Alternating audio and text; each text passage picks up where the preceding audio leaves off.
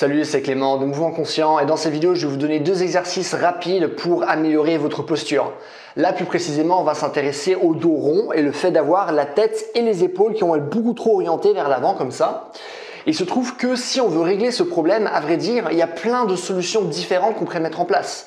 Par exemple, on pourrait s'intéresser aux pectoraux et à l'avant des épaules, retirer des tensions, redonner de la souplesse à ces niveaux-là pour justement permettre à vos épaules de pouvoir naturellement rouler en arrière. On pourrait s'intéresser à la rééducation au niveau de la nuque pour justement mieux positionner votre tête et faire en sorte qu'elle soit moins orientée vers l'avant. On pourrait aussi retirer des tensions au niveau des abdos. Pourquoi? Parce qu'à force d'être courbé comme ça, vous allez justement créer des tensions à ce niveau-là.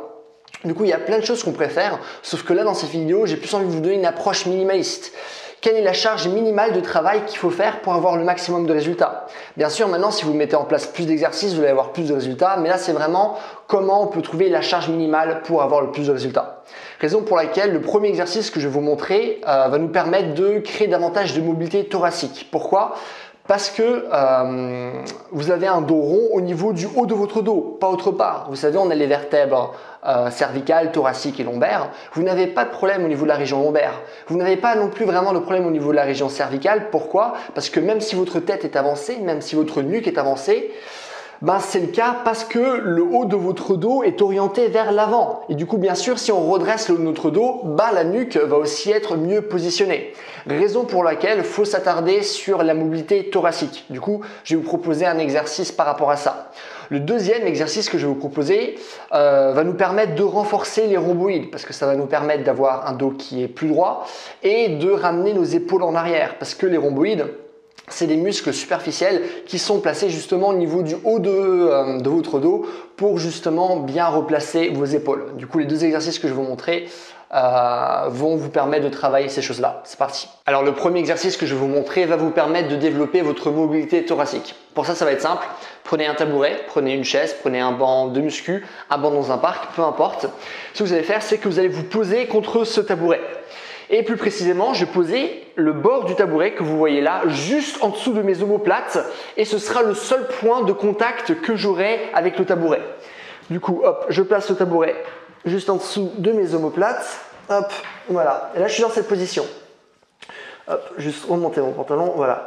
Une fois que je suis dans cette position, ce que je vais faire, c'est que je vais simplement ramener mes bras en arrière, aller le plus loin possible en arrière en ayant les bras complètement tendus. Ne trichez pas en ayant les bras pliés, non, les bras totalement tendus. Je garde une rétroversion du bassin. Et même en gardant la rétroversion du bassin, je vais essayer de ramener un peu mon bassin vers le bas en gardant la rétroversion. Et je vais tirer de l'autre côté, hop, avec mes bras. Et ce qui se passe, c'est que du coup, je tire de part et d'autre de ce point de contact que j'ai, hop, avec le tabouret. Il se trouve que lorsque je suis dans cette position, j'ai simplement un seul point de contact. Il n'y a pas tout mon dos qui est posé. Ça, c'est très important. Il n'y a pas tout mon dos qui est opposé. Le seul point de contact que j'ai, et je le répète parce que c'est très important avec ce tabouret, c'est simplement cette région juste en dessous de mes omoplates. Juste la bordure du tabouret. Il y a juste ça qui touche. Même si on pourrait dire le contraire, mais non, le reste de mon dos ne touche pas le tabouret. Du coup, ce qui va se passer, c'est que d'une part, on va tirer avec le bassin, d'autre part, on va tirer avec les bras, et du coup, on va tirer de part et d'autre de ce point de contact-là, ce qui va nous permettre justement de cibler la mobilité thoracique. Ce que vous pouvez faire, c'est commencer par 4-5 séries de 30 à 40 secondes en fonction de votre feeling. Par la suite, vous pouvez même rajouter des poids. Et du coup, là aussi, c'est une variante très simple pour bien travailler sa souplesse, ce qu'on appelle un étirement progressif chargé. Du coup, on peut le charger, il est progressif, très facilement mesurable et du coup, c'est un exercice qui est particulièrement efficace et qui vous fera progresser. Alors maintenant, on va parler du deuxième exercice. Ce que vous voulez savoir, c'est que si vous voulez avoir une bonne posture, il faut travailler dans une position dans laquelle vous allez avoir une mauvaise posture. Pourquoi? Parce qu'il faut toujours travailler dans une position dans laquelle on est faible lorsqu'on veut développer de la force. Parce que s'il n'y a pas de faiblesse, il ne peut pas y avoir de force. Qu'est-ce qui se passe si vous faites du développé couché et que vous voulez gagner en force par rapport à ce mouvement-là? Vous êtes obligé de vous soumettre à une charge qui est suffisamment lourde pour qu'elle vous mette justement en position de faiblesse pour que ça vous donne l'opportunité justement de générer de la force avec votre corps. Du coup, là, ce qui va être intéressant, c'est de faire la même chose avec votre travail de posture. Et du coup, si vous voulez avoir un dos qui est plus droit, ramenez vos épaules en arrière. Il faudra déjà se mettre dans une position où justement, vous allez être comme ça et on va essayer de se battre contre cette position pour justement par la suite ramener nos épaules et notre dos en arrière. Du coup, pour ça, on va utiliser un élastique. Ça va être très simple. Ce que vous allez faire, c'est que vous allez placer votre élastique comme ceci, comme si vous vouliez porter un sac à main en fait. Une fois à ce moment-là, je vais faire attention de ne pas abîmer mon micro, vous allez simplement croiser comme ça, tout en tirant, vous allez passer par l'autre côté, hop, et vous allez simplement ramener l'élastique au niveau de la deuxième épaule. Mince, je ne sais pas si vous allez bien m'entendre parce que le micro il va être bien attaqué. Voilà, du coup vous êtes dans cette position-là. Du coup, ce qui se passe, c'est que cette position-là, elle ramène mes épaules en arrière, ok, et ramène mon dos. Mes épaules en avant et ramène mon dos justement en avant. Ces élastiques tirent suffisamment sur mon corps pour me mettre dans une mauvaise posture. Et du coup, ce que je dois faire, c'est qu'il y a cette résistance qui est exercée sur mon corps et je dois la surmonter, hop, en ramenant mes épaules en arrière et en gardant un dos qui est droit. Ce que je vais faire, c'est que je vais faire différentes répétitions, hop, et ainsi de suite. Je vais faire par exemple 5 séries de 10 répétitions et à chaque fin de répétition, je vais rester dans cette position où je vais garder vraiment le dos droit et les épaules en arrière pendant 1 minute. Ok ? Et du coup, ce qui va être important, c'est de ne pas tricher ce que vous faites l'exercice. Une manière de tricher, c'est par exemple en montant les épaules.